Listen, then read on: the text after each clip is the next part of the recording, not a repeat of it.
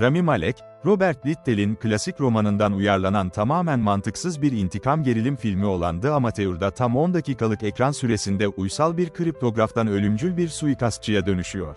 Film, birinci sınıf yetenekler, dünyayı dolaşan cinayetler ve şık görsel efektlerle dolu, ancak her bulmacanın ve karakterin düzgünce yerine oturduğu tahmin edilebilir bir anlatıda inanılmaz bir inançsızlık askıya alınmasını gerektiriyor.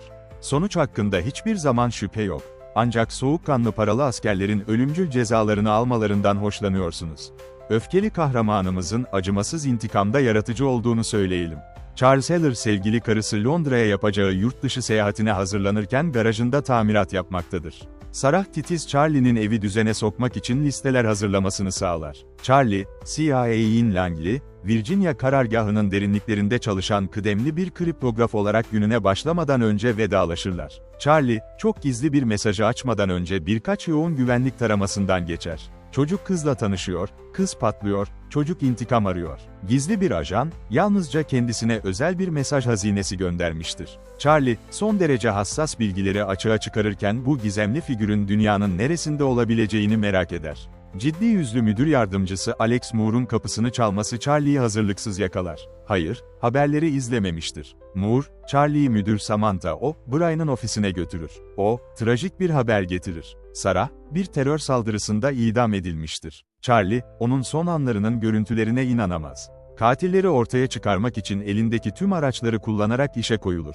Charlie bulgularını Moore'a getirir ancak reddedilir. Kendine gelmesi ve psikologlarla konuşması için biraz zaman ayırması ve CIA'in Sarah'ın katillerini adalete teslim edeceği söylenir. Bu Charlie için yeterli değildir. Şeytanları bizzat ortadan kaldırmak ister. Onu bu iş için eğitin, yoksa CIA'in en karanlık sırlarını açığa çıkaracaktır. Bilişim uzmanından CIA katiline. Amatörün iyi bir ilk perdesi var. Charlie sosyal açıdan beceriksiz ve içe dönük. Arkadaş canlısı olmaya çalışıyor ama klavyenin arkasında daha iyi hizmet alıyor. Güzel Sarah onun tüm dünyasıydı. Onun kaybını işlemedeki yetersizliğini, adalet için soğuk bir göreve giriştiğini görebilirsiniz. Malek, Charlie'ye hesaplı ve etkili bir şekilde amaç veriyor. Bir ders kitabı kara operasyon ajanı klişesine uymuyor ama oldukça kullanışlı becerilere sahip ve soyut düşünebiliyor. Amatör, başlangıçta sıkı bir şekilde senaryolaştırılmış açıklamasından sapmaya başlar. Lawrence Fishburne, Charlie'yi eğitmekle görevlendirilen Albay Robert Henderson rolünde yardımcı oyuncu olarak yer alır. Charlie'nin motivasyonunu bilir ancak zayıf bilişim uzmanının bunu başarma şansının olmadığına inanır. Charlie sahada ölü bir adamdır. Moore'un ekibi Charlie'nin suçlayıcı dosyaları nasıl sakladığını anlayana kadar onu meşgul etmesi gerekir. Bu eğitim seansı gülünç derecede kısadır. Sadece Charlie'nin imkansız olması gereken dijital gözetimden kaçışıyla gölgelenir ancak her fırsatta elektronik tespitten bir şekilde kaçınır. Birinci sınıf bir oyuncu kadrosu. Bölümlü İngiliz TV çalışmalarıyla Doctor Who, Penny Dreadful, Slow Horses ve yakın zamanda çekilen Anthony Hopkins filmi One Life ile tanınan yönetmen James Hawes, Charlie'nin hareketlerini izleyen teknolojiyi ve Henderson'a karşı taktiklerini göstermek için ekrandaki görsel efektleri kullanıyor. Herkes açıklanamayan bir şekilde hedefini bulduğu için tekerlekler sallanıyor. Sonra, cesur kahramanımız birkaç saniye önce tamamen gizliyken gerekli kedi-fare kovalamacası başlıyor.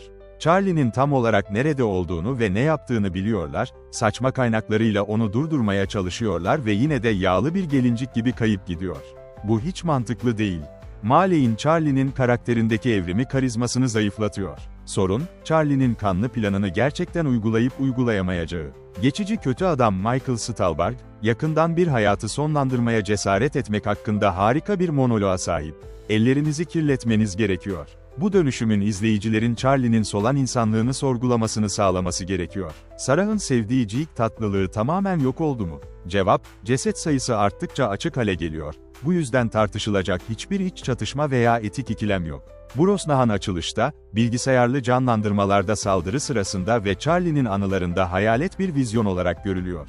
Hawes, film boyunca onu mevcut tuttuğu için stilistik kredi alıyor. Bu, kalbinizin tellerine gerçekten dokunmak için biraz daha derinliğe ihtiyaç duyulduğunu hatırlatan bir şey. Malek ve Brosnahan başlangıçta iyi bir kimyaya sahipler, ancak daha sonraki kısa bakışlarda bunu hissetmiyorsunuz. Hawes, bir çift olarak birlikte geçirdikleri zamana dair daha fazla geri dönüş eklemeli veya açılışı uzatmalıydı. Amatör, Charlie'nin ölümcül yapılacaklar listesindeki her kutuyu işaretlemesiyle mekanikleşiyor. O James Bond veya Jason Bourne değil, Ancak bir şekilde testin pratik uygulama kısmında aynı sonuçları alıyor. Dürüst olmak gerekirse, kötü adamlar katliam için sıraya girdiğinden bu ikna edici değil. Şüpheciler bunu yutmakta zorlanacaklar. İsviçre peyniri gibi olay örgüsünde delikler açabilecekler. Ben sadece öncülü kabul ettim, haklı davayı destekledim ve havalı casusluk aletlerinden keyif aldım. Hutchparker Entertainment'tan, Amatör 11 Nisan 2025'te 20 TH Century Studios'tan sinemalarda olacak. The Amateur'e puanım 10 üzerinden 7.